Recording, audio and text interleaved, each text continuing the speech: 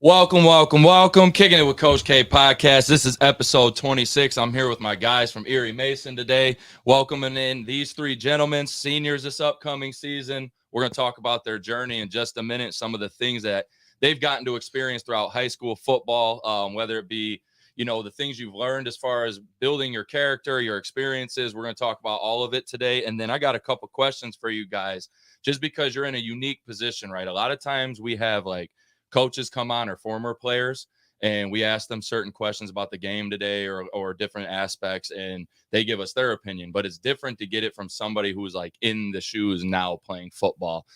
So I think it's a great, unique time to get this perspective from you guys on different changes in the game, how to progress the game, and different things of that nature. So we're going to dive into that in just a minute. This show is brought to you by Brain Jerk Entertainment, Kennedy Health and Wellness. Welcome to the Brain Jerk era. The podcast network is growing. These guys got 8 or 9 podcasts now. They do one every day. They got 2 or multiple of them on several days of the week. Whether you're looking for entrepreneurship, wrestling, or sports content, just a morning wake up just to talk to some people and get thoughts off your mind. I know I'm missing a couple of the Lanes After Hours. Got a shout out to Lanes Pizza. They're great in the community, and they have a show now. So need you guys to tune in. We also got the newest military and vet podcast. I don't want to forget. I just saw the stickers on the table. Got Your Six. So that's if you're looking for military veteran content. And I believe they're actually looking for people to come on and share their story for that show. So if anybody out here listening to this might know somebody in that field, a vet, somebody that wants to come on and just talk and share, that would be greatly appreciated. Make sure you guys reach out. Kennedy Health and Wellness, your one-stop shop for everything wellness, body care, and candles. We're at Krepp's Apple Barn right now. My wife just launched all of our summer stuff out there, and on 8/14, we switched to our fall stuff. So make sure you get in contact with Meg or check out our website, and stay tuned for all those updates. We do want to give a shout out to several sponsors of this show before we get started as well. We have several of these businesses and these people in our community don't just support us on this show, but they support our football program in several ways. A couple of these places have donated for our weight room lifters of the month and different things, and also just the community in general. They do a lot. So Amaya's Fresh Mexican Grill, the Little Brown Jug, Lane's Pizzeria, IWR, who has their next event on August 2nd. Muggsy Sports Grill and Bar, Monroe Sports Center Bowling, Nerdy Designs, All Hard Athletics. We appreciate All Hard, as always, for these shirts and everything they do. The Monroe County Sports Network. Again, appreciate Dev and everything they got going on. 1817 CrossFit, Big Back Prep, and Back Road Baggers. I know I've been saying it for a few weeks now, but there was some things that were kind of in motion, and we got to finish up the plans. We're going to be working with Back Road Baggers on a tailgate party this year. So look for more information on that. We're looking to do it on September 30th. It's got a good college football lineup that day. So, again, stay tuned for that in the future. If you guys missed last week's episode with Olivia Bustle, great episode. She's got a great mindset. So I highly encourage student athletes to go back and check that out. She spoke some really honest truth, just kind of right down to the point about how she got to where she got. So great episode last week. Want to give her another shout out. Our sports performance class at 1817 CrossFit is now going to Sundays from 3 to 4. So make sure you come out. It'll be right before the podcast each Sunday. And again, that's at 1817 CrossFit, help for any sport ages 8 to 18. And I just want to say that our football and volleyball season is coming. So I have to give a shout out. Obviously, we're going to do a lot of shouting out to the Eagles today. My guys are getting ready to go into camp on August 7th, or Hell Week, as I like to call it. And also my Allen Park volleyball, the girls are getting ready for tryouts on August 7th and 8th. So got to give them a huge shout out. They're working hard. We just wrapped up our last off-season workout, and they're looking to run that regional run back. So shout out to AP as well. Quote of the day: success isn't owned, it's leased, and rent is due every day. That's by J.J. Watt. Simple. Sure you guys have heard that before. Every time I pick a quote, I try to relate it to you guys, to the show. We know that not everybody in this day and age is committed to the craft, right? To being somewhere every day. A couple of you guys have jobs, right? And you guys show up every single day and do what you're supposed to do. So I respect that. That's why we chose the quote. And I think people can learn from guys who commit, right? From young guys who still in the world of cell phones and all these different challenges to stay focused, you guys have still found a way to lock in and finish your career strong this year. So that's why we picked that quote of the day. Before we jump in, fellas, I got one more thing. I'm big on reading. So every week we do a read of the week. So our read of this week is by Marcellus Wiley. For those of you who don't know, Marcellus was a D end for years. He was a beast for the Dallas Cowboys. He doesn't sugarcoat anything. He talks just the truth about whether it's life, politics, kids, economics, parenting. He's very real. So his book is called Never Shut Up. Make sure you guys go read that. I think in today's age, people who are able to stand up for themselves, stand on their 2 feet, and speak the truth, that's super important. So make sure you guys check that out. Plus, Marcellus Wiley's a great dude. He's incredibly funny, and hasn't been a guest on the podcast yet, but could be. So we'll just leave it at that. All right, questions, fellas, real fast. So we always start the show with just kind of getting to know a little bit about you guys. So we're just going to kind of go around the room here, tell us a little bit about you. You can tell us a little bit about your personal life, where you grew up, football. Just tell us a little bit about yourself, man. We'll start with you, Corby. My name is Korbin Herrera, and I've been playing football since I was like 5 or 6, like playing flag football at the YMCA. I don't know. I grew up in Erie. Okay. I didn't know you played football that long. So did you play for the Seahawks then? Yeah. You did? Like 1 year, like when they first changed it. Okay. 1 year. Got you. So you started in flag and just kind of found love in football all the way up. Got you. What about you, my man? Tell us a little bit about yourself. My name is Vaughn Brown, and I actually grew up right outside Toledo in Point Place, if you guys know where that's at. Yeah. And then, so I also played flag football like Corby, and then I started playing tackle football when I was in about 3rd grade.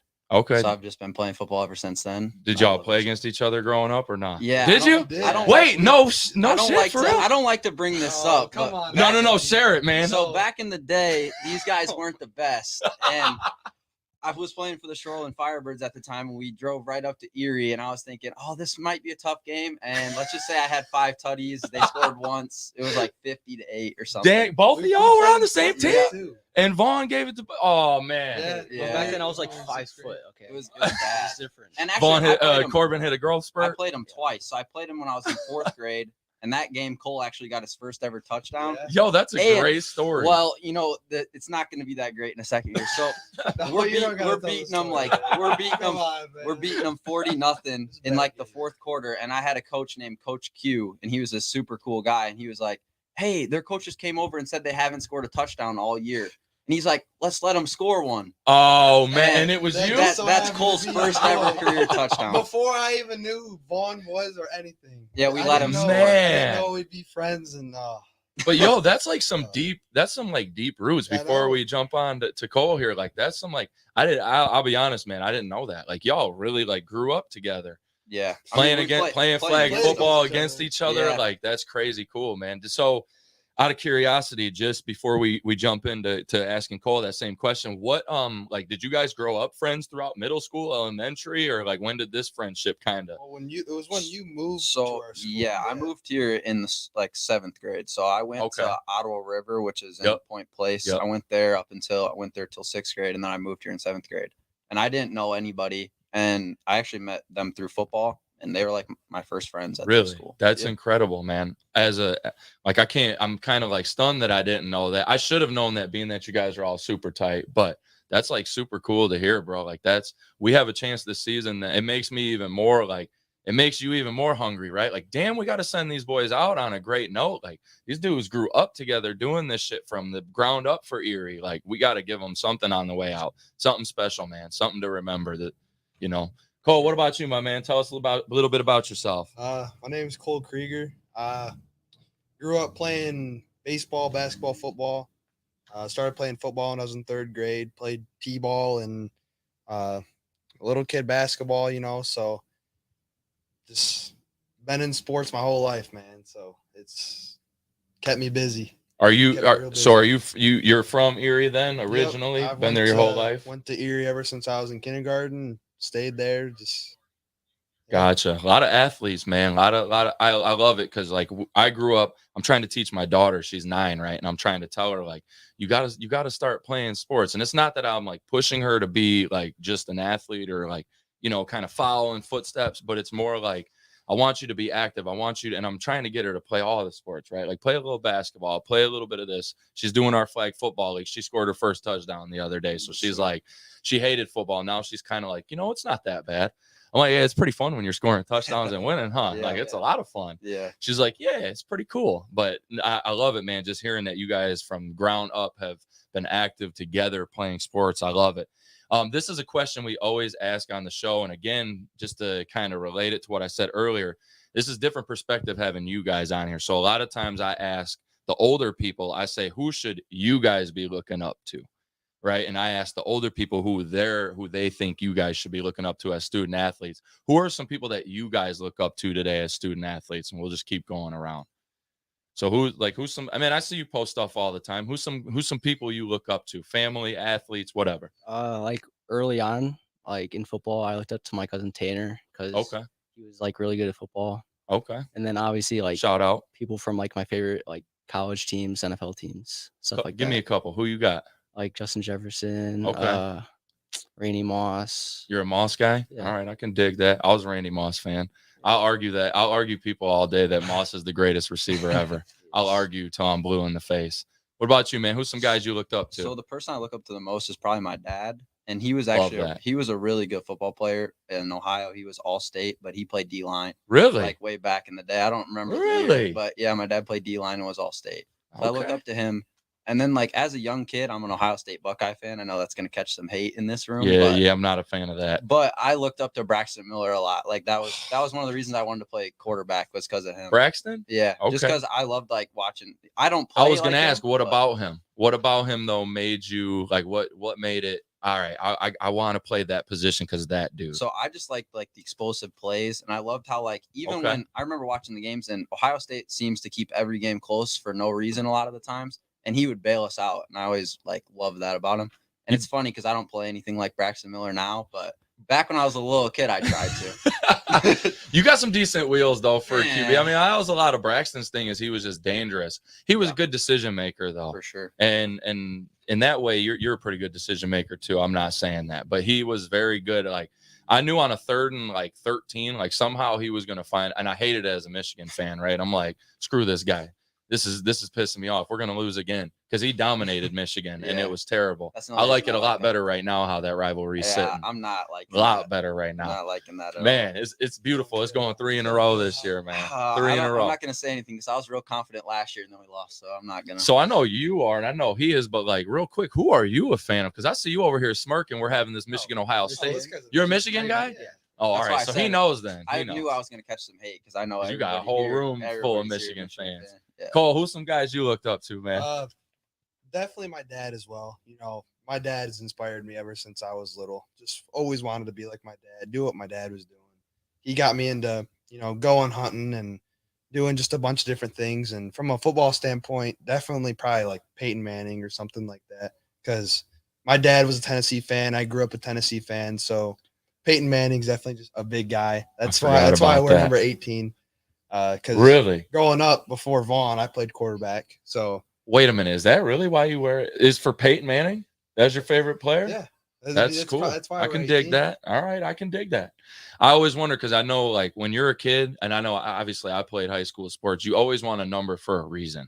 Like there's always something behind it. It's like, dude, I wore this since I was like this big, or like my dad wore it, or like my favorite player to ever come, or my favorite student athlete to ever come through the school wore it. Like it's always something, right? So. No, that's cool to learn, man. That's awesome. And that was Peyton's a GOAT, man, for sure.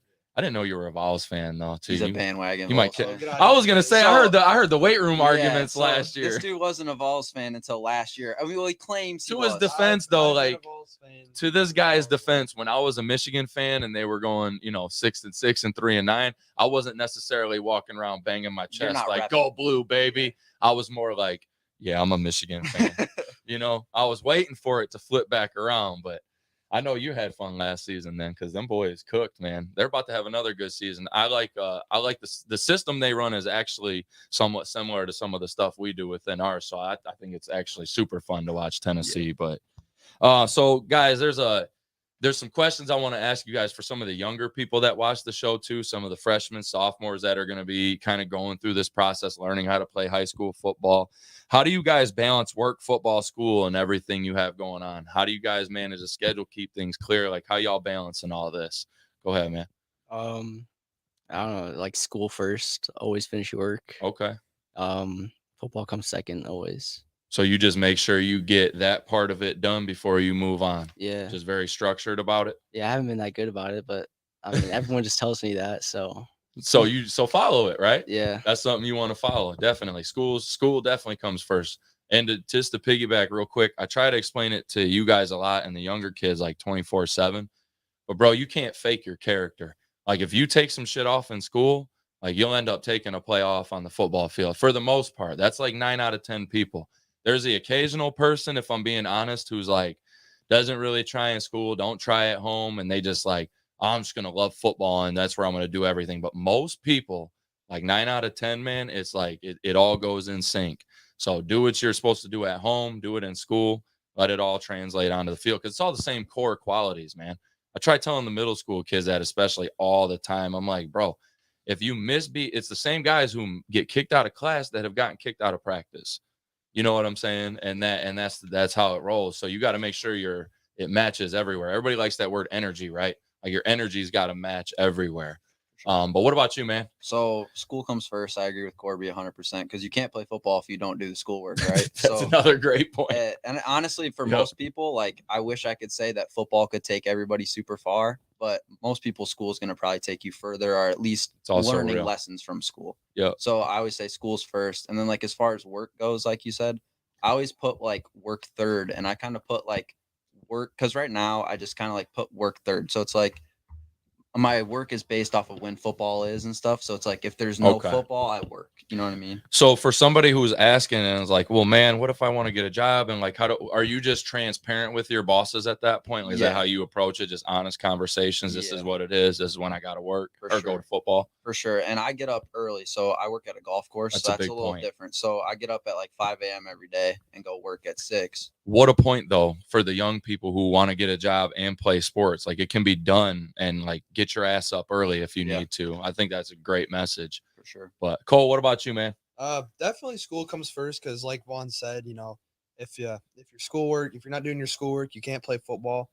But from a work and football standpoint, I definitely adapt my work schedule around football. I mean, everything's adapted around football when it's football season, basketball season, baseball season.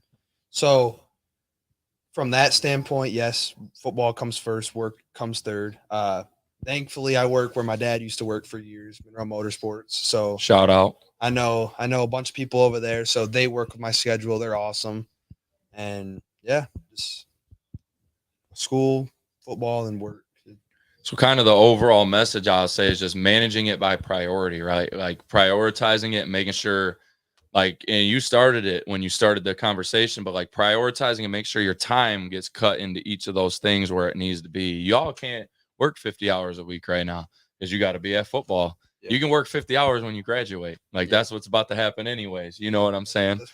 So I no, that's a great message, man, because people get caught up and we get text messages as coaches all the time about like, some of it's not even that serious as far as work, but like we get a lot of it like, coach, I'm working here. And I always wonder in my head, I'm like, how many of these guys are actually sitting down and having that conversation? I know, Cole said he's got it, a little different because maybe his dad worked there, but still like you got to have a conversation with your boss or your boss won't understand or know. Right. So like, I think I wonder in my heads and heart sometimes how many guys actually go have that convo or how many guys are uncomfortable to have it. So they're just like, I'm just going to send a text and say, I can't make practice that day. And you know what I mean? Yeah. To piggyback off of what you said, I think that's like one of the biggest problems today. People are just scared to talk to people. Like, right. Just be transparent. You just go like have a conversation 100%. With your boss. Like they're nervous about that. It's like communicate. And I feel like people are scared of that for some reason. I don't understand why, but. And my thing is, if you're at a job where you are afraid to have that talk with your boss, like maybe you're not at the right job. Exactly. Because like obviously the boss intimidates the shit out of you and you don't feel like you can like talk to the person. You know what I mean? You should be able to feel like, man, I got to be able to sit down and have a conversation with them about. Plus, you guys are learning Like, you guys are learning how to be like grown. Like, y'all are grown men at this point already. Like, not even learning. Y'all always going to be learning. I'm 30 and still learning. But like, you guys at this point, you're old enough. Conversations got to be had, bro, and they need to be had. Even with coaches to you, with parents to you, with anything. Like, it's just got to be talked. If we don't like something you're doing on the field, bro, like, we got to be able to sit down with you and say, like, hey, man, we need you to really adjust this because of the way the way we're trying to do things. Or, if we don't like, the way you're doing something, we need to be able to adjust it. So those conversations are important, though. And I just wonder, so for anybody listening, like, go have those conversations with your boss. Just be transparent right from the beginning and know that these dudes will tell you this. And the guys that just graduated last year will tell you, because they know, I guarantee you, these guys are starting to feel that clock tick down on their last year of football, last year of school. Like, you only get one freaking opportunity. You got 100 million opportunities to go to work. Like, you're going to be able to go to work the rest of your life.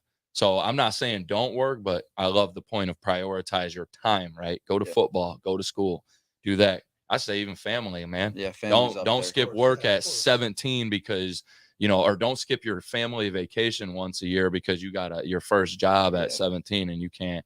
I'm just that kind of person, man. Life experiences matter, for sure.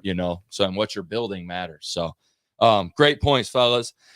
So from a football standpoint, give me a couple things that football has taught you, not as far as like, X's and O's or schematic, but give me something that's taught you as far as being a better person or something off the field. Like, what has football given to you? Just respect like your coaches, like learn to like listen to what they say, follow directions and everything. Okay. That's big in the real world, man. You gotta, even if you're not a boss, or even if you don't have a boss, even if you're the owner, like, you still have to have a lot of respect for people, a lot of conversations of listening. Listening is a lost skill in today's world. Even adults, like, we forgot how to listen to each other, and we always want to talk and be the one that's correct instead of learn, right? And so that's a great thing, that football. So make sure you get your kids to come sign up for football because it teaches them how to listen. Vaughn, what you got? I would say the biggest thing football has taught me is to not quit when things are hard. Love it. And also, I would say, like, what I love about football is it brings at 40 different people together, and you all have the same goal, and you got to work together to accomplish that. And that's life, because you got to deal with people no matter what you're doing. What a point. No, that's huge. Huge point. I'm not even going to piggyback because the point was great, man. You hit it on the head. No, that's true. And that's the part I love about coaching, though. I will say that is one thing I love is, like, bro, you guys are all from different homes, different areas, different cultures, different ways of thinking, living. And then we all find a way to come together with one common voice, one common goal. And when you do that at the highest level, bro, it's like, how? Yeah. It's almost like, it's unbelievable how you can accomplish that. For sure. Because it's like you, and even you three are, we talked about earlier, really close, right? You're friends. But like, there's a lot of people who, and you guys still grow up in slightly different homes, obviously. But then there's a lot of people on your team, bro, who are not like you guys. I promise. There's a lot of guys who will grow up in different kind of homes, different situations, whether it be broke, poor, full of money, rich, whether it be in Toledo and Erie and Monroe, whether it be all types of stuff, man, where they grew up in, one of them areas or whatever. You see it all. And even at Erie, one of the biggest shocks when I came from Romulus, I was like, oh, it's Erie, man. It's like small town. And when I got there and first started like meeting you guys, I was like, oh, damn, it's just like Romulus, though, as far as like, there's still a totally different personality, culture, different kids from different areas. It's really like, you see that everywhere. So no, it is a beautiful thing. I love it. It's a challenge too, right? But that's the beautiful thing about football. And to piggyback, this is the only sport where you can do that. And then it goes, right? Like, unless you go to college, and even if you do, then you got to learn 100 new people. Exactly. It's 105 people, 80 people on a college roster, 70 people. So it's like that right there, where you all come from your local area and come together. It's not found in any other sport, man. You guys can go hoop when you graduate. Shit, we can all go hoop if you want anytime after y'all graduate. Sure. We can go get the work in, right? We could though. Like, but are we ever going to be able to go play football again? Like, it's done, man. It's done after that. Even in college, it's different. It's more business when you get to college too. I'll be honest. It's more like So you know, we have drop balls sometimes in practice. I hate to say it like that, but we do. We're humans. We're in high school, right? Like college, that's just you're going on this first string. Now you second string. Next guy's first string. Like they're serious about it. It's extreme. So high school gives you that like a little bit more, you know, fun with it, love with the game. I think whereas college kind of just turns that dial a little bit to business. Not that it's still not fun. I'm not, you know, discouraging anybody to play college football, but because it's still a great accomplishment. It's still a blast. But Cole, what about you, man? Definitely what Corbin said, respect, because you're around coaches that have seen, you know, a lot more than you have. I mean, I'm only 17 and I like to think that I've seen a lot, but I know I haven't. So being around multiple coaches ever since I was little who have coached at different schools or seen different kids, things like that, just teaching me different ways to respect somebody and just respect. Definitely, you know, friends and stuff. Like if it isn't for football, I probably wouldn't have some of my best friends. We all go to school together, but it's football. Football is a different kind of brotherhood. So, and it's insane. Great point. What it can do to bring people together. I love that. Great point. Great point. You guys, this is just so you guys seem like you've had pretty good coaching experiences overall too so far. And just to piggyback off of that, like, man, coach, when it comes to like coach's knowledge, man, like Coach Bowers, shout out to Coach because I know he's watching, but that dude is full of football knowledge, like full of it. I tell Cam I tell people all the time, like, dude, just go pick his brain apart. He's got a bookshelf in the back of his room with 700 books that he's read top to bottom. Crazy. Like, go, and I'm not even like, I'm being dead serious. Like, he knows, guy knows football, he puts in like hardcore. He does. He definitely puts, and he's very organizational, right? And I'll be honest, like, I love coaching with Coach Bowers because there's never any, like, it's pretty much like if it's within reason and we think we can get it done, you bring it to the table. He's like, do it. Let's do it. Right. Let's do it. As long as it's within, he's very easy to coach with. You can get on other staffs where like, the head man or the two guys on the staff are like, you're just going to do whatever we say and this is how it goes. And unfortunately with stuff like that, if you have problems, you don't have enough minds kind of coming together to solve your problems. With us, that's the one good thing you guys have. You guys have a lot of different experiences, man. Like Coach Bowers and he's had more experience than I have, but we've had different experience. Coach Wiley has different experience. Coach Goodenough has different experience. Like, and shout out to them guys, but we all come from different styles of football, different styles of area, different, you know, I come from downriver. Everything's fast. Everything's very like full of athletes. You know, we played against Rouge. We played against Belleville. Everything's very fast, full of athletes. You spread the ball out. You know, here it's very, it's a lot different style of football here, right? It's very tight. It's very different. That's what Coach Wiley's used to. So you got, now Coach Bowers got he's been kind of a little bit of different things and he studies different things and he's coached in different systems and you guys got a good overall kind of minds coming together to help solve problems, right? And help get better, which is a great thing to have on a staff because I've been on both. I've definitely been on both, but love those answers, man. So this is one I know that this season will bring a new answer to this question. But I want you to answer this up to this point right now. What's the most memorable moment you've had in football up to this point? Vaughn's like, shoot, I had 8 touchdowns and a half. I'm just playing.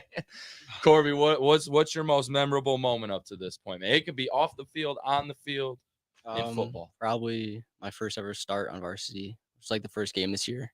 I had 4 touchdowns and 160 yards. Ooh, shout out, man. He cooked a little bit in that one. That was your first varsity start? Yeah. All right. Good for you, man. I bet that felt good. I did. I bet that felt good. What about you, man? I would say the same game, Corbin. I threw half of them to Corbin and then I spread out to some other people, but that was probably the most memorable. But I don't know if it was my favorite, if that makes sense. Okay. Because like I think some of my favorite moments are just like games where it was close and we pushed it out as a team together. And It's just like a team win feels just as good as having a crazy stat line. I would rather win every game and have team wins where I don't got a lot of stats than have a couple games where I got crazy stats. That doesn't mean anything to me. That's great, bro. That's a team first attitude. That's a leader, right? Like it's cool to have your name in the paper and in the record books, but it's really cool to win games with your teammates. Yeah. Like, no, I love that, man. What about you? probably freshman year, first game of the year. I was a 14-year-old boy. I was timid. I was very timid, and I get thrown in there. You were timid? In the fourth quarter, I was terrified. Damn, I have a hard time believing that. Snap, I fumbled the first snap, picked it back up, handed it off a couple times, and then my first ever carry, I ended up scoring on my first carry freshman year on varsity. So that was probably the most memorable moment throughout high school. That was crazy. So my challenge, man, is as great as all these moments are. My challenge is we got to make this moment, this season, you got to have one better, man. And I don't say that disrespectfully. I just mean that as you guys are seniors, this should be your best season. This should have that moment, right? Or those moments throughout. When we talk about this, and I'm not saying too much when I say this, but like big thing for us would be to be, like, one thing for me is like, what a great moment it would be to beat Jefferson, right? But beat Dundee week 2 as well, right? Like we haven't won, and it's no secret. And I'm not hating on Dundee. Like we ain't beat them in years. We ain't beat an LCA team in 32. So like but this guy, I love that he's got the number. He's angry about it though. I love it. But see, 32 game snapped. That streak gets snapped. That's a game. That's a moment, man, that you're going to remember because it's against Dundee. It's probably the Monroe County game of the week.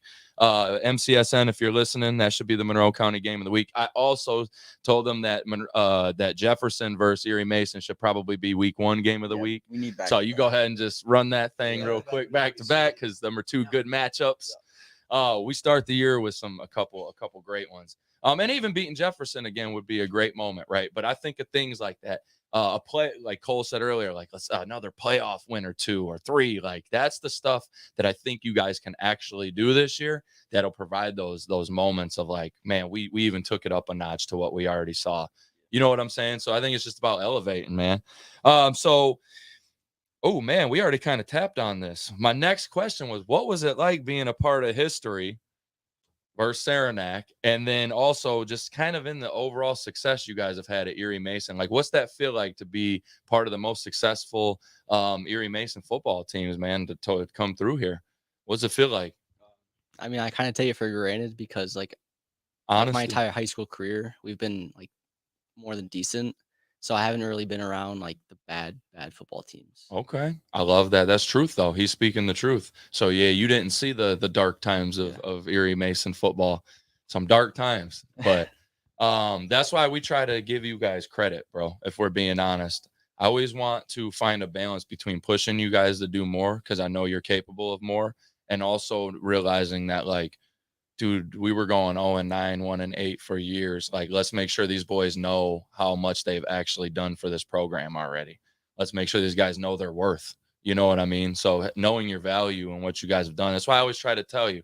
And I know it's always going to be hard for you to understand because you weren't present in the moment watching Hudson beat Mason by 56 and watching Dundee beat them by 63. And, you know, them days were cold, bro. Cold times for real.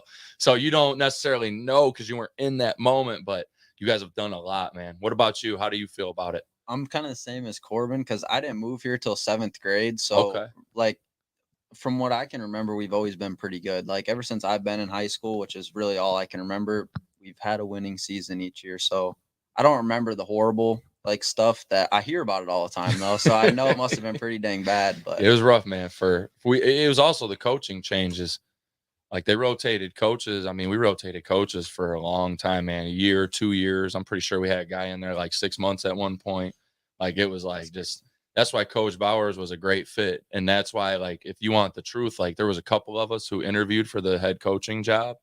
And when the people who were in the room, including myself, we were people who I think they knew could bring some stability, right? Like Erie needs stability.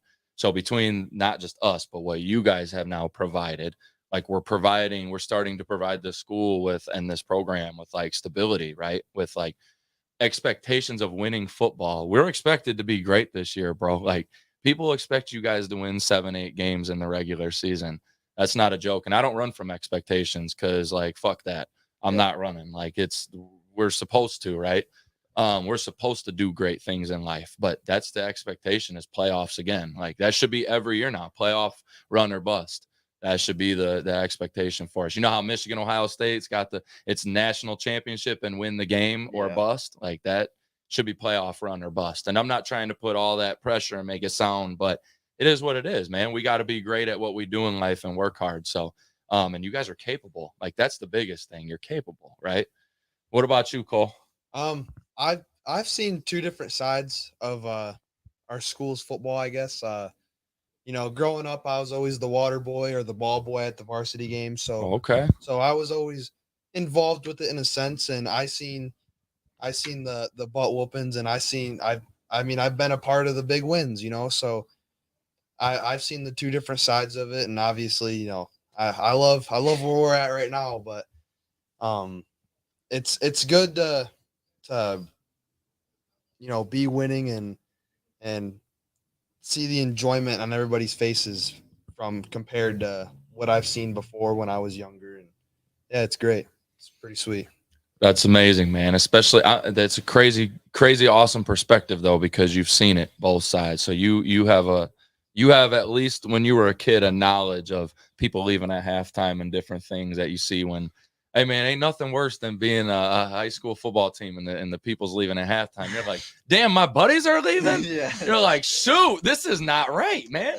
Mama, where are you going? I'm still playing. You know what? No, I'm joking, but all jokes aside, you're kind of like, damn, you know, and I hate to say it because I love these guys. Shout out to Coach Surs and shout out to Romulus. But our first few years at Romulus, man, I'm telling you guys, like, we would have like 30 people in the stands, like maybe like 30, 40 people and a couple on the fence. Like that was and then COVID, obviously we didn't have nobody. And then we kind of started building and we got a little crowd coming.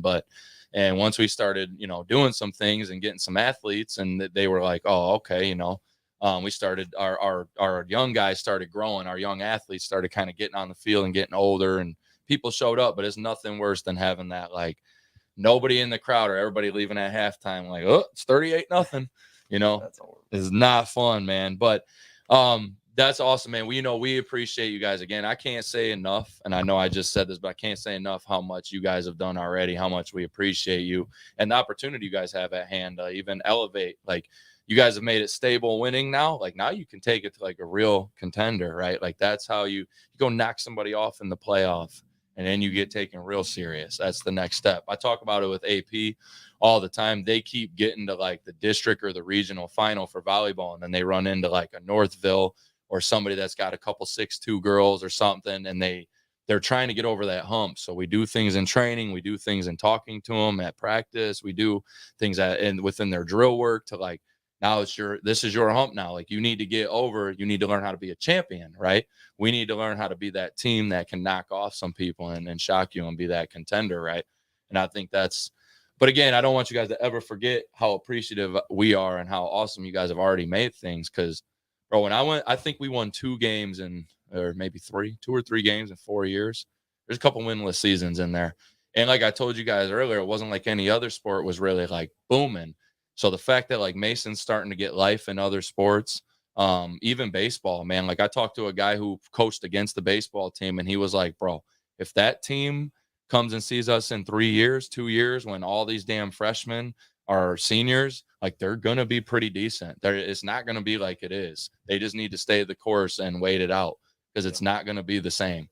And so you see baseball rise, and shout out to Coach Moore and this guy who joined the baseball team, right?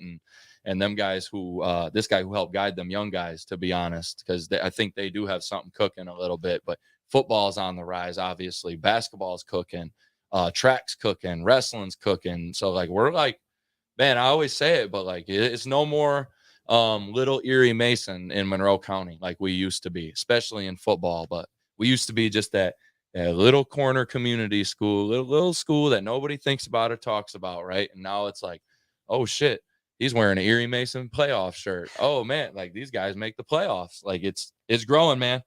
Expectations for yourself this year. So I want strictly from a personal level. We'll go to team stuff here in a minute, but strictly you. What's your expectations for yourself this year? Just be better than last year. Better than last year? Yeah, in every aspect. That's a pretty damn good expectation though. Better than so from like a number standpoint, everything you mean, better at playing, better numbers, everything, break that 1,000-yard mark like I know you was trying to? I love it, man. What about you? I just want to be a good teammate, and like as far as like just helping younger kids and like holding myself to a higher like standard and just showing, because like I got 1 year left and I want the younger guys to continue being successful. So Love that. that's my personal goal. And then like It's as far as stats, obviously I want to do everything I can do, the best I can do, and I hope the numbers follow it. And that's my goal. I love that. Now I'll make this quick, but I just want to piggyback. You always want to look back at the people who come after you guys and say, we built it for them.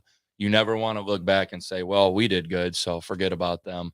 You want to look back and say that thing's still going well because like we built the expectation. We built the requirements to be here, to play football here, to do well here, right? Like we did the off-season stuff. We made it the standard. The standard is the word I'm looking for, right? We made playoffs the standard here. So that's your point was super important. Give it to the next guy so that Erie Mason football is like soundproof, man, and just rolls for years. That's when you look at like the Riverviews of the world and some of these schools that have been doing this for years, and they're just even Airport over there. You look at some schools who've just done this and they're so good at it year after year. It's because of that, man, because the guys from third grade all the way up to the high school, they're talking to each other. The older guys are doing, we did it last year. We started really getting involved with the team dinner last year, and that was super cool. But that's how you build it all the way up is what you just said. That's how you win forever. That's long time winning, longevity. What about you, man? Definitely continue the standard we've set, because our group of seniors that we have, our freshman year, we seen the group of seniors then and seen the work they put in. They had a great year, won a league championship, but that team had tons of flaws. I mean, I love all those guys, but that team had tons of flaws. And I think my goal is to be better than those guys. No hate on them. It's be better than them, definitely win a district this year, win the league, and then from a personal standpoint, I'm on pace to break a pretty big record that hasn't been broken since '87. Let's go. So let's go. Hopefully I can get that tackle record this year. That's the goal. I'm coming for it too, though. Yeah, okay, buddy. I'm just messing with you. I'm just messing with you. You two should lead the league, or you two should lead the team and the league. Screw that. Y'all should lead in tackles, but no, y'all should have a great season as far as that goes. So what is the record? It's 290 in a career, 140 in a season, 26 in a game. What's your career at right now? I think I had like 70 my sophomore year, and then last year I had 110. Yeah, he had a decent amount last year. So you need like I need another 100. Him, Mike, like 110. Loudon, Mike, him, and you all had pretty decent, decent numbers. And for those who don't know, like Loudon had a great season too. Shout out to him. But he you fly around the field, man, and we can do some things to put you in positions. Like he was coming for that record last year too. I thought maybe if he wouldn't, I'll be honest, and I love you, Loudon, if you're listening, bro, but if you would have form tackled a few more times, man, you probably. So my advice to you to break this would be make sure when you get to the backfield, you ain't just head hunting. Like make sure you get everybody down. Everybody has to hit the ground, bro. Everybody's got to go. I'm telling you, he would have. I think he would have, and that's not taking anything away from Loudon. He played great last year at backer, but like he may have had another 30 tackles for real. But he was so fast at times, he'd blow right by the backfield, or he was so like set on like boom, just head hunting. But that's cool, man, because I like the fact that, and I know this sounds maybe a little bit conceited or whatever, but I like the fact that we're like etching y'all's names in record books and we're gunning for records and shit. I think that's cool. And I know we're about team success, and that always comes first. So I'm not saying that, but obviously if 11 individuals all have success, the team does pretty damn well, right? So if we all do our job and we all do it to the best of our damn ability, then we're going to have some pretty good success. So I love that you're going for that, man. I want to see your name in the record book. I think that'd be cool. Very cool. What's your expectations for the team this year, Korbin? Obviously go undefeated. Hopefully win the league, win a couple playoff games, win states. Okay. Jesus, guys. So this guy's like, shoot. Yeah, hey, man, what's the old saying though? What shoot for the stars, land on the moon, right? Yeah. You should shoot for it all. That's great though. So we would have to essentially win the non-con, right? Get all of our non-conference games, get that LCA mark wiped off, that 32-year thing swiped off, and then get over the Whiteford hump, right? And that would pretty much and then take care of business the rest of the weeks in the games that we're supposed to take care of business.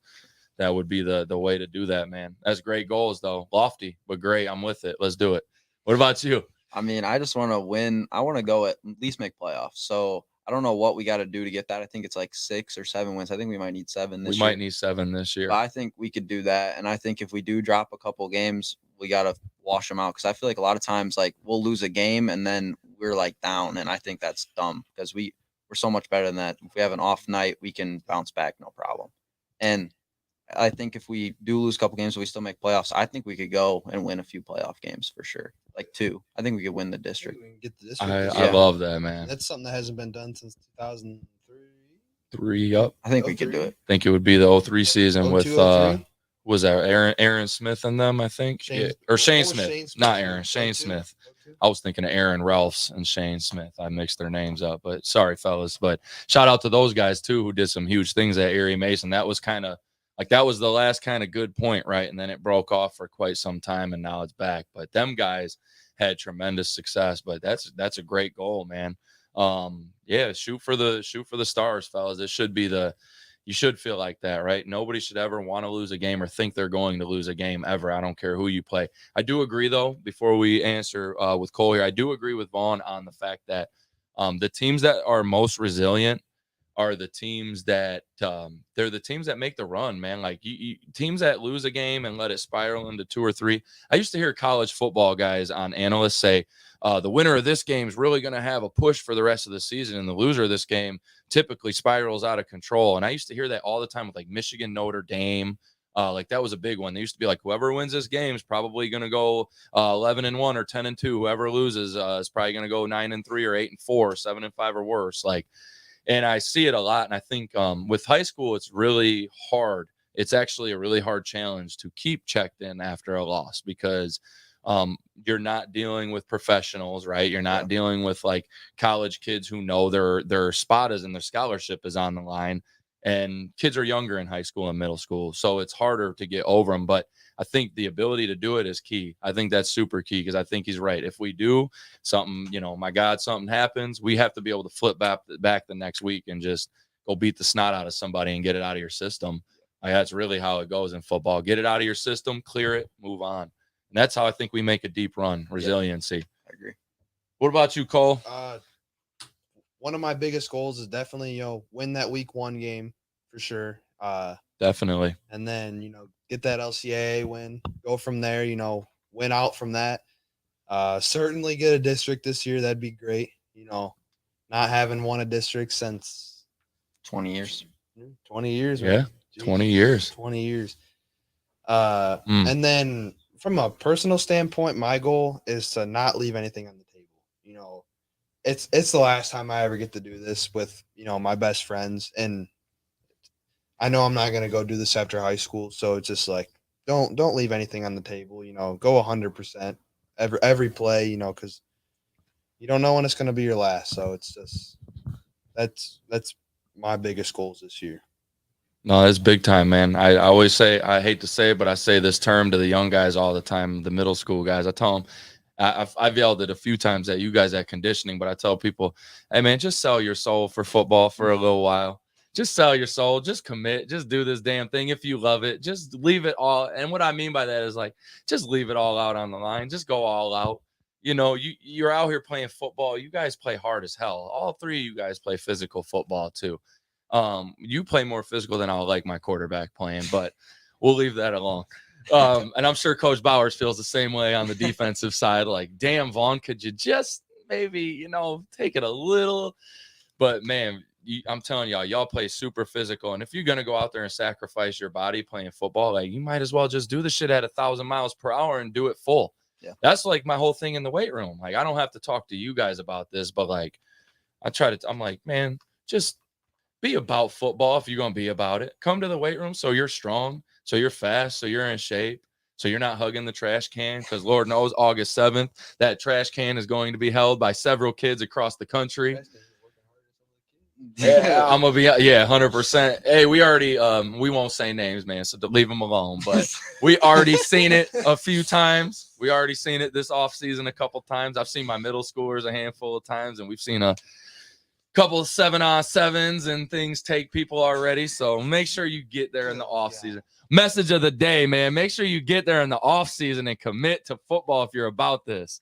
Be about this, fellas. I want to know, and just for the people listening, what's next for you guys after high school, man? Corby, what's next for you? I might go to college for football, but if I don't do that, then probably just get a job like the normal person. Okay. All right. Any places you'd like to play football? Nah, anyone just. Hey, man, but just be mindful before you answer that. You got coaches from all types of schools that tune in. So if you want to throw a name out there, just go ahead and throw a name out there. But just any school that will want me. Okay. Anywhere you can get an opportunity. Yeah. All right, man. Well, we're going to continue to talk during the season and whatnot about that. But go ahead, man. I mean, I want to go to business school. I want to go to college. I want to get a business degree. And then eventually the plan is to go to law school and become like a corporate lawyer. That's kind of what I want to do. So that's what I heard through the grapevine, because I had sent the message out like last year about who wanted to play college football potentially. And you responded with that. And I think that's awesome, man. I thought that was kind of really cool for a few reasons. I think it's great that you have such like an outline of where you're already going. And the second thing is, like, I really need a lawyer sometimes. So like, no, all jokes aside, but like, hey man, you might be my go-to number in the future. Yeah. Like you say corporate, right? Like, hey man, my business is growing. You never know. I might need a guy. Sure. So no, that's cool though. Any thoughts of where? I looked at BG. I looked at BG, Toledo, MSU. Great schools. Honestly, my opinion on it is I think I'm going to go wherever I can get the most scholarship money, because law school is expensive. So I think whoever will pay for the most of my undergraduate, that's where I'm going to go. So just be smart financially about it. For sure. No, that's cool. That's definitely cool. And again, great things you're doing. What about you, Cole? I'm probably not going to go to college anywhere. Growing up, that was always like my dream to go play college football, and like college football players were like my hero growing up when I was a little kid. But probably going to trade school. Okay. Go become an electrician. That's probably what I'll end up doing after high school. I've looked at a couple different options, maybe going into the DNR, a couple different things. Cool. But yeah. You seem to that seems to fit you though with the DNR. Like that's kind of up your alley. Enforcement DNR, yeah. Yeah, that'd be cool. Into that, yep. I think that'd be definitely cool. No, those are awesome options too, man. My stepdad, rest his soul, he passed away, but he was an electrician. And man, he had a good life, man. Like he had vacations whenever he wanted, good money, drove the car he wanted. Like he did anything he wanted in life, man. He played softball, as he was getting older in leagues. And so he really just kind of lived his life very happy. But yeah, man, that's great. All three of you guys. I know you guys will do great things too, man. Like I just know it. I know you guys will find your way. You'll find things that you work for and work at, and that you guys will accomplish things. I just know it, man. You guys will find your way. And if you don't, I know you guys will be resourceful and lean on good support systems to help you in those times. And I know you guys will find your way eventually. Because that's one thing I will say about everybody in here as well. Myself, you guys, everybody in this room's got a great support system. I do know that for a fact, because I know what you got at home as far as your dad, and you even told us today, right? I know what you got. I know your mom. I've known your mom. You may not know this, but I've actually known your mom for like a handful of years. And I'll tell you after how, but if I haven't already explained, but yeah, so but I know your mom, man. I know certain members of your family. I know you have a cousin that plays. Doesn't Tanner play collegiate baseball? So you got a guy that's already like made it to where you're trying to go, right? Whether it's baseball or football, you're getting to the next level. But you guys got great support systems. So always lean on those, man. And I know you guys will do great things. So we got a couple things that we like to dive into that's kind of off of football, off of your stories, but more just kind of issues today or things going on. I just want to know, we've asked this question to coaches, and obviously us coaches are like, hell yeah, we need spring ball.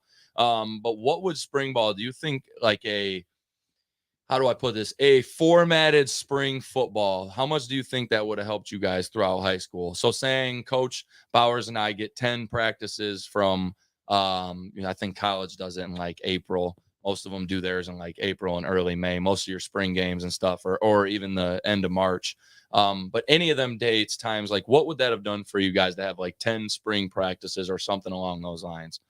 I think it would have helped us like a lot because it gets us more in shape faster, so then we can do more stuff in the summer. Like it not, I don't know, like it just helps us for the season coming up. No, that's a good point. And I think like to piggyback off of you, I think like the 7-on-7 stuff, like I think we're just more smooth going into that, which I think makes you more smooth going into camp, makes you more smooth going into the season, right? I think it's like a domino, right? It's like, boom, I'm more in shape. Now my 7-on-7 and my off season works better now, or my summer work is better. Now my camp, I'm ready for camp. Now camp's smooth. Now bang, I'm here for the season and I'm ready.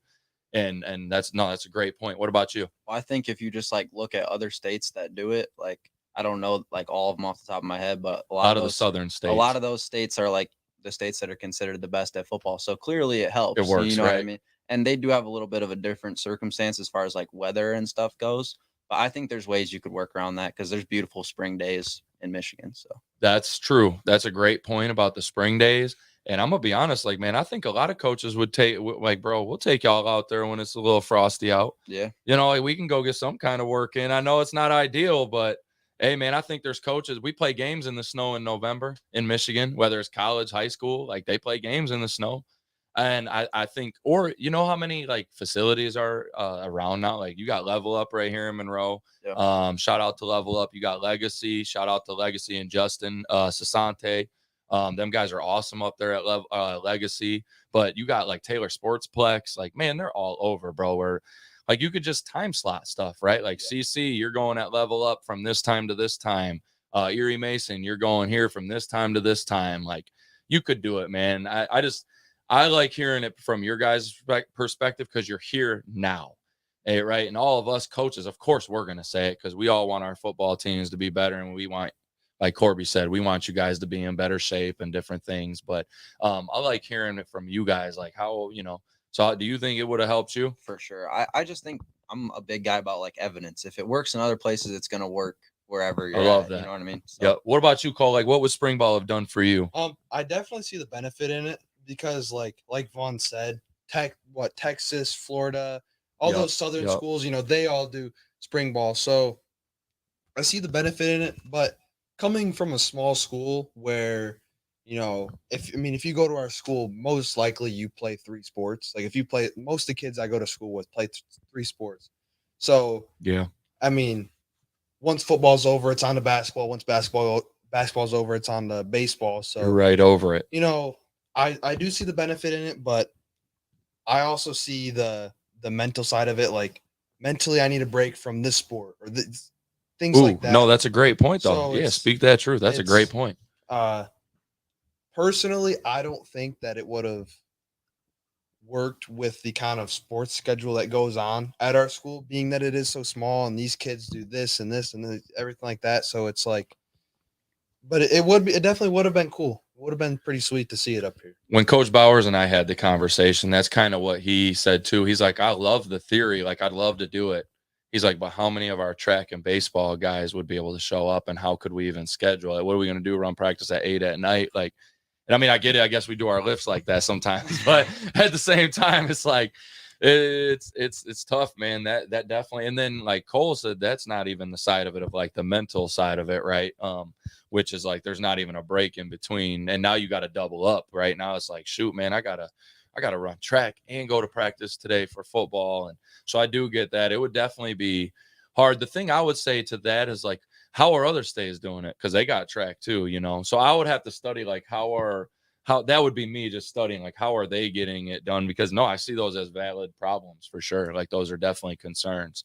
And that's probably what's holding us back at this point is like, there are those roadblocks. But for me, it would just be, and again, part of the reason we talk about this is because we're trying to push that, right? A lot of us coaches in Michigan would love to see some kind of, because even if like we couldn't get Cole in, even if we could get like, you know, and I'm not talking trash at all about this guy, so don't think that, but even we could get a guy, an underexperienced young guy like Corey, right, who like really could use extra time on a football field going through football drills, right? It's like, And again, that's no disrespect. He's a young freshman guy. He's never played football till last year. And those type of guys could really use that, especially even to know our offense and defense and know how to do some different things. Like they could use it, man. So that's why we ask guys, and it's cool because you guys are the first student athletes to actually like talk about it on the show. It's always been a coach to coach talk, right?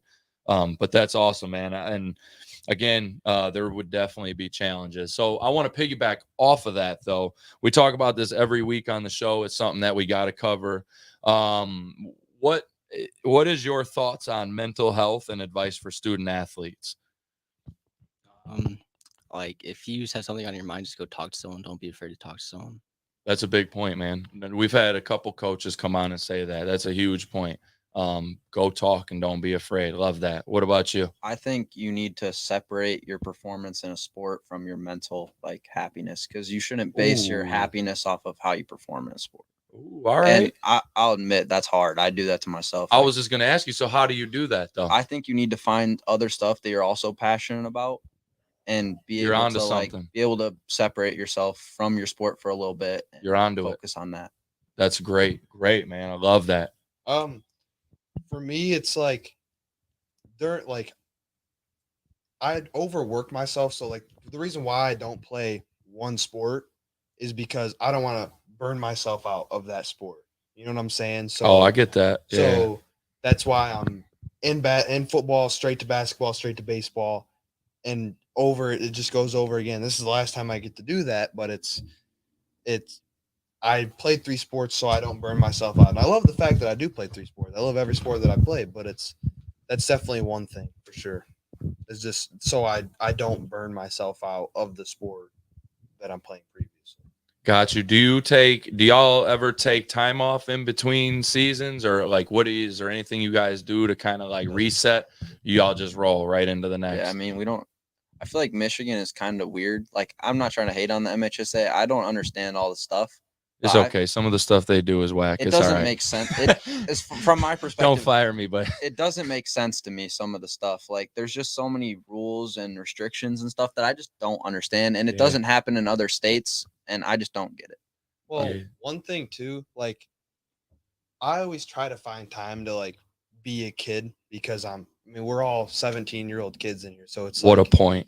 It's like, today we went and played what golf. What a point. So it's like, what a point. No, he doesn't have to bring up that he beat me, though. I would shout out to Zay Wise. Yeah. Zay Wise. Zay went out there too. Yeah. Shout out to Zay's golfing now. He's got his shoulder good. He's out there golfing. All right, man. Shout out to Wise. But no, just I think it's good to mentally just to go have fun and stuff, and like obviously there's a break, not weeks at a time, but it's 2 days. It's on the weekend you go out with your buddies, you have a good time, and then Monday you're back at it in the weight room or practice and stuff like that. So and I love it. I mean, I think it's great. Yeah, and I think that has a big thing to do with mental health as well. If you're like around people and you're both going through like the same thing, like football's hard. Like if we hang out outside of football, we can talk about it, and it helps so much as far as like being mentally tough. Cause I know for dang sure, like I've had games where that game I threw 4 interceptions and I was so mad at myself. I couldn't even tell you, but I remember I had dudes like Cole, Corbin, all kinds of dudes on our team where it's like, it's okay, Vaughn, we know you were just having an off day. And at the time I didn't want to hear it. Cause it's like, I just want to soak in it. Right. You're mad as shit right now. I'm the but same way. at the end of the day, that helps you push through it. So I think it's important to. Yeah, I love Cole, man, but you can't say shit to Cole in the middle of a fourth quarter heated game. If it's a close game or it's a physical game, man, this guy is so intense. I'd say that you can talk to me, but man, I'm juiced, man. I'm ready. This dude is straight jacked, and Yeah. I'm telling you, man, he is, man, bleeding, pouring sweat, his veins popping out everywhere. He hitting everything in sight. Like this guy is. I'm telling you, man, he's intense. He's definitely intense. No, that's a great point though too, man. Because I see like, and I'll say this, but I see this guy share like hunting stuff all the time, and he talked about it earlier. So he takes time in the fall and the winter to get out because obviously that's the time of the year. That's either right during football or right after football, There's right? times I'd go after school before football. Boom, and he's getting his break, right? He's getting his release from football, from school, from everything. Because I love, hey, school, y'all know I preach it like hell, but you also need a break from all that. Like you need a break from school, from I hate to say it, but even like, and I love my wife to death, but like you need a break from the girlfriend, wife sometimes. Like you just said, sometimes you need time with the buddies to talk and go golfing, bro. Like it is super important, especially for a man. It's extremely, and I'm not saying it's not for a woman or anything like that.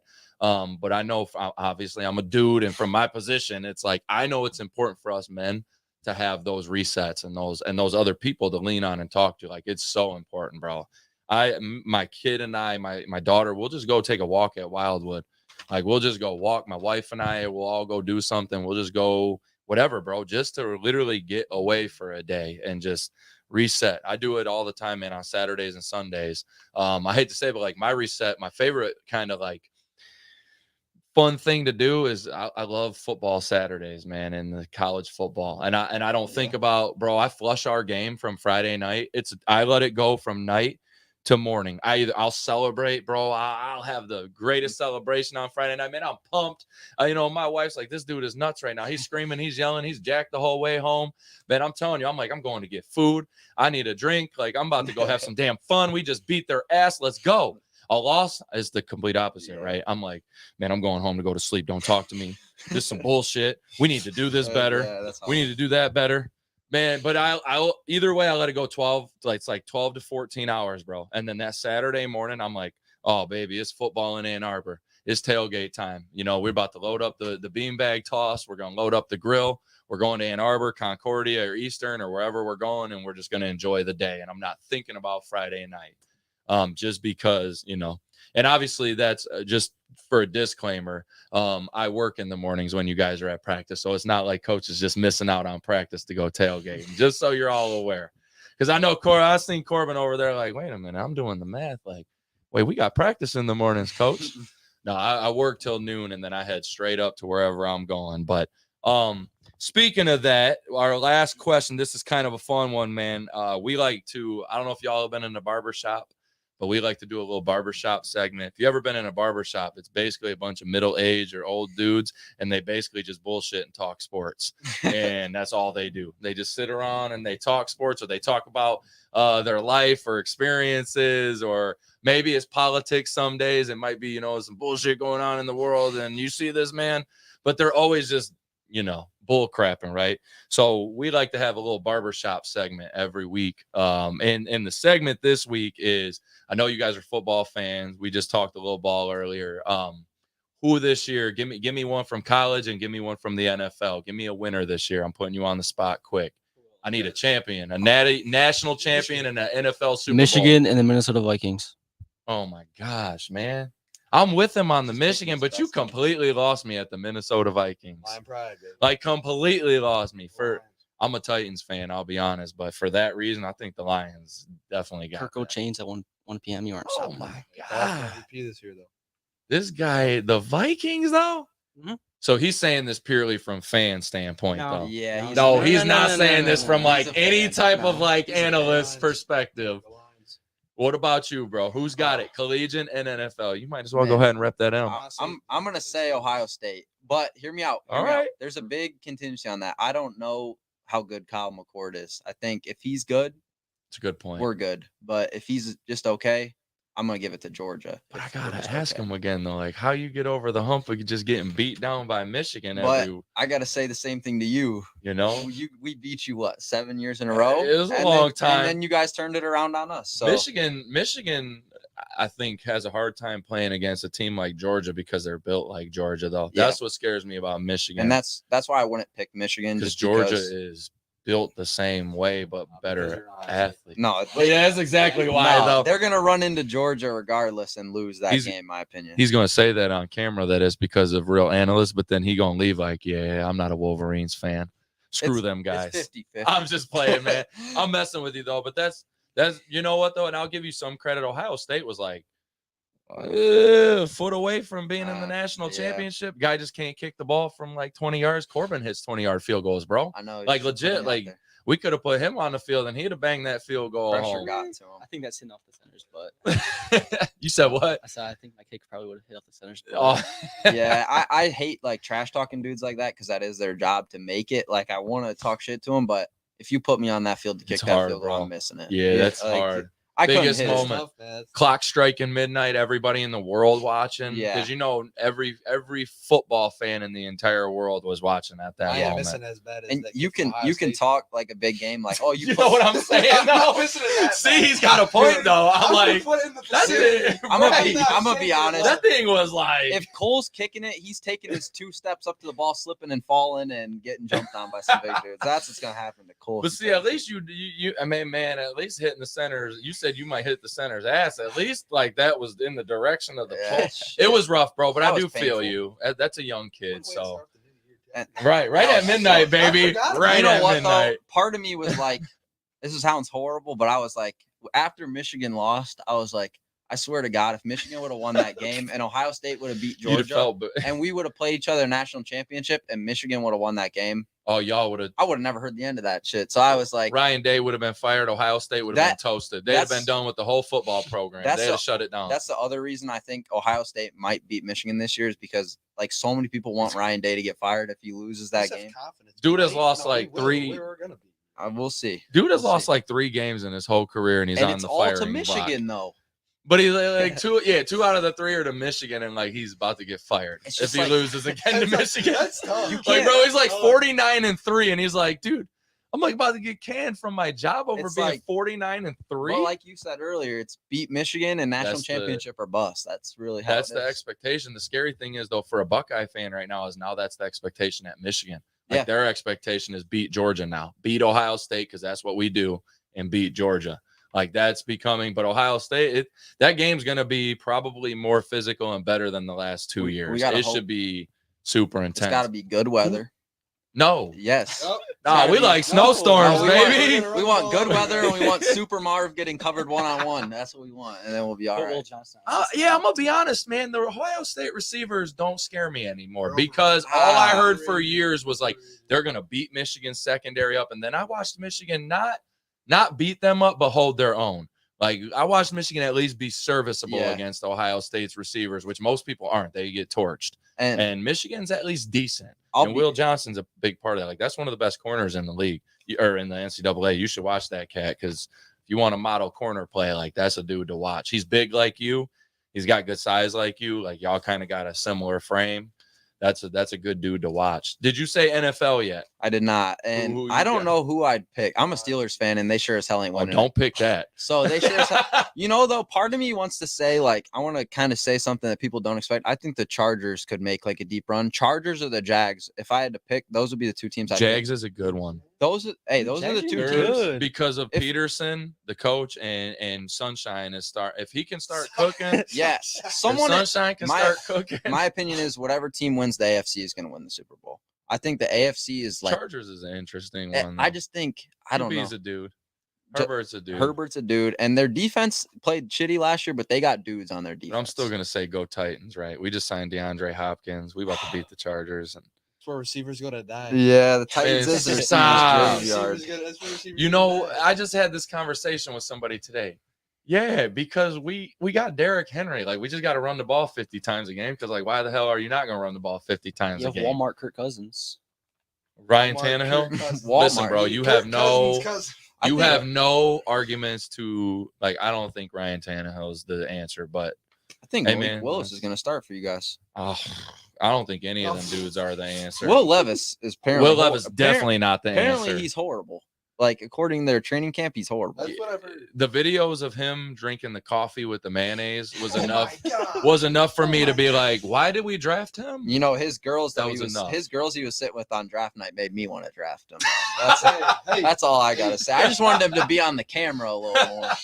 No, man, that dude is too much for me, bro. I don't. The Titans are in trouble. What about you, man?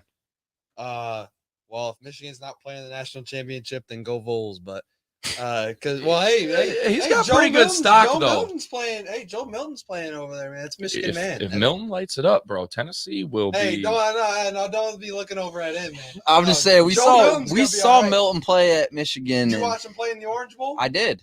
He was good. And he looked good. Yeah, good. Joe needs He's coaching got- on He's his got that boy mechanics, bro. Squirrel. They got Squirrel White on their team. Squirrel Isn't White. that like The White's one it. of the best names in college he's football. their dude, right? If you're watching this podcast and you guys, when you leave, Google, I'm telling you, Google the best names in college football. I heard it on a podcast the other day and I Googled it. General Booty was number one on the list. I like Storm But dude, Duck. Storm Duck, there's That's some great badass. ones on the list, man. Some like awesome names that I'm like, man, really. I gotta name my Dakotas Crawford. Yeah. Dakotas And then Crawford his for middle sure. name's To Eva Do It.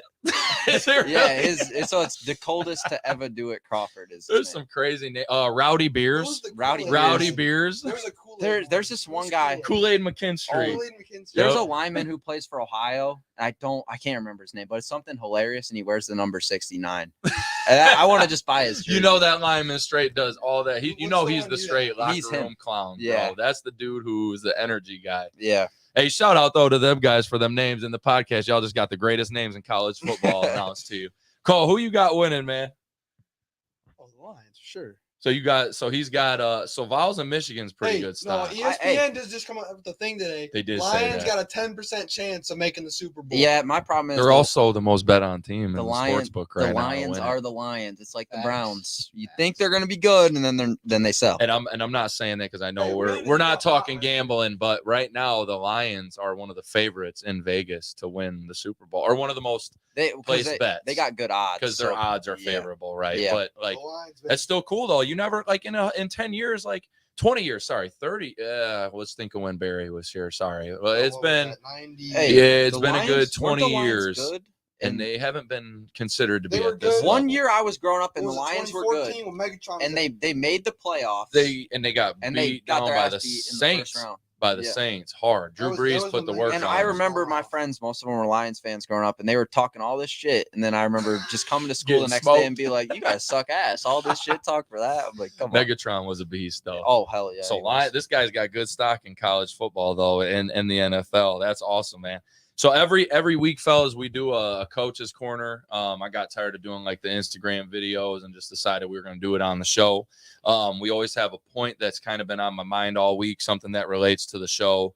And with you guys talking today about the younger guys, especially, and how you guys are trying to leave Mason football and how we're trying to basically install a culture here, right? And I know that's like a cliche word, but we're trying to have like you know how you've heard people around school kind of say the Mason way, and that's not always a good thing, Yeah. right? It's kind of a negative thing at times. We want to recreate that with our own verbiage, our own way of thinking, and just make it different, right? Where when you say this is the way we do things, you know it's a higher standard. So the coach's corner today is make the best environment possible, and the rest will fall in place. So as a coach, to me, like my biggest job is to make sure you guys are in an environment where you learn, right? Where you feel like you can come talk to the coaches and your teammates, and where you guys feel like you guys can be productive, right? Where you guys feel like you can win some games and have success and have opportunities beyond just football.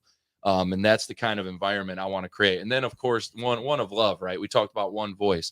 I want this guy to know, like, even after high school, like several of them guys who graduated still text me to this day. They'll still text. And I'm not even talking about just your guys, like several guys that I coached 6-7 years ago. They'll still text me. I got dudes in the military that get promotions, text me like, Coach, I got moved up.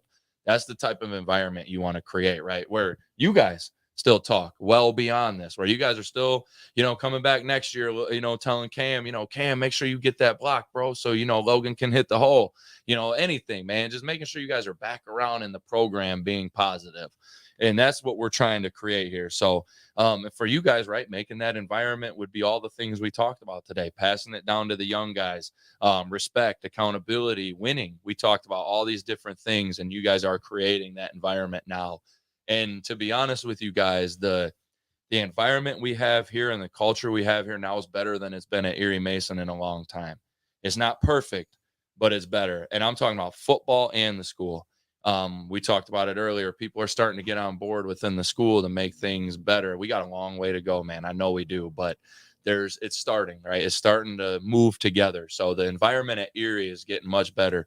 And I had to talk about that a lot today because I hate people that kind of use that Mason way term or kind of shit on us for different things, whether it be our past in sports, whether it be just being a small school.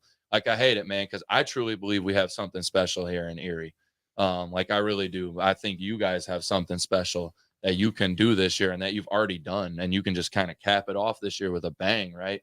And it's like, man, it's very awesome. And that's why I get in touch with the MCSN all the time, because I'm like, I'm not gonna let us be slept on no more. That shit's not gonna happen. Period. It's just not. It's not. That's not how this is gonna go. But more importantly than me, that's you guys, right? That's what you guys go do. Like, it don't really matter if I call MCSN if we don't, them videos that we shot last year with Spooky. Shout out to Spooky. Those were cool, right? They were a lot cooler because we won the damn football game because y'all balled out. It's a lot cooler because I was watching y'all score touchdowns on them. Like so it's on you guys, man, to build the brand and build that culture. And you guys have done a great job. So that's our coaches corner today. Our athletes of the week. We're not really heavy in sports right now. Obviously, football is getting ready to start, so we can start giving out a student athlete of the week for football and volleyball here soon. But right now, we're going to give it out to a team. All right, and the team is the Red Storm. So if you don't know, they're a semi-pro football team. Yeah. Yep, I believe they're 6-1 now. They just win like 44-6. They're balling. They won 44-6. Yeah, Red Storm are killing it right now. Those guys, that's pretty sweet. And if you don't know, absolutely, man, they've had a rough season the last few years trying to get it back. If you watched the Timberwolves when you were a kid, the T-Wolves got shut down after years. They ended the program. And the Red Storm took it upon themselves to bring it back, right? To bring semi-pro football back here. And it's been a rough go for those guys just from getting stuff off the ground and winning games, especially. And now they're seems like they're at that third year now. I think it's their third or fourth year. Yep, third or fourth now, and they're cooking now. It's like, all right, now you see what they were building. And Coach Bates was on here. I got to give him a shout out. Coach Taylor Bates, the head coach. He was on the show at the very beginning of our show. I think it was like our first or second episode. So he kind of kicked the show off with us, and he's been great, man. He coaches in Toledo. I don't know where he coaches, so I don't want to say it, but he's a JV head coach as well. And then he does the Red Storm head coach. But great dude, great team. We want to give them the Athlete of the Week award, the Team of the Week award. And you guys are doing great things. So, and if you're looking to catch a game, I think you could probably go on their Facebook and Instagram, find their schedule. Not sure how many they have left, but I'm sure they got a few more. It's over at Navarre Field. For those of you who don't know, their home games are played at Navarre Field, where SMCC and the Monroe Middle School play their games right over there across from the State Police and by Kroger. So go check that out. On this day in sports, 1930 was the first FIFA World Cup with, y'all about to grill me for my pronunciation here. Uruguay beat Argentina 4-2, but that's the first ever FIFA World Cup. So if you're a soccer fan, I'll be honest, I know nothing about soccer. I don't know anything. All I know is that one guy got offered $1 billion, so I was thinking about switching to soccer. Was this? I don't want to jump on this deep rabbit hole. Was this some of the Saudi stuff that's going on? Some of they're kind of like trying to take over sports or something. I think his contract was worth up to $1.1 billion for 1 year. So this is just like they did the golf thing. Now they're doing the soccer thing too now. Those dudes got the infinite money glitch. Man. They infinite money. He said they do.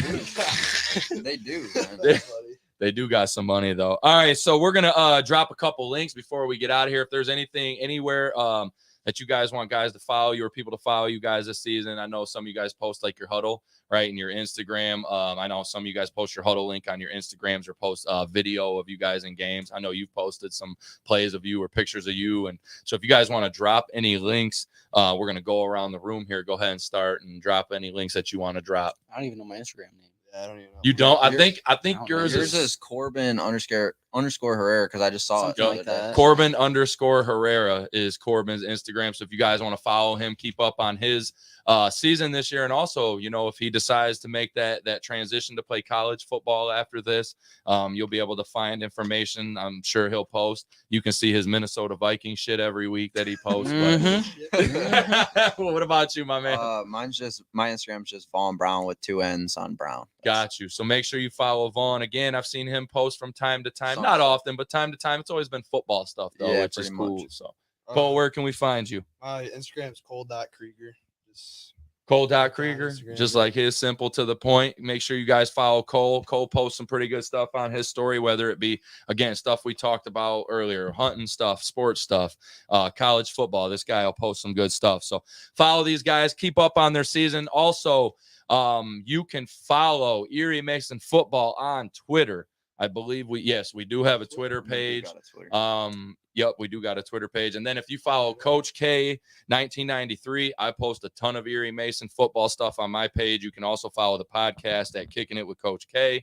We'll post whether it's stuff from this show. We always post some of our previous shows, and then we share what's going on with you guys quite a bit on that page. So, Cole goes out and has, 3 touchdowns against Jefferson. We're going to highlight it on the page that day. You go out and throw 4 against, Dundee. We're going to put, it'll all go on the page as the weeks go by. We always make sure to keep up with every guest. So we appreciate you guys. Also, make sure you follow Brain Jerk Entertainment.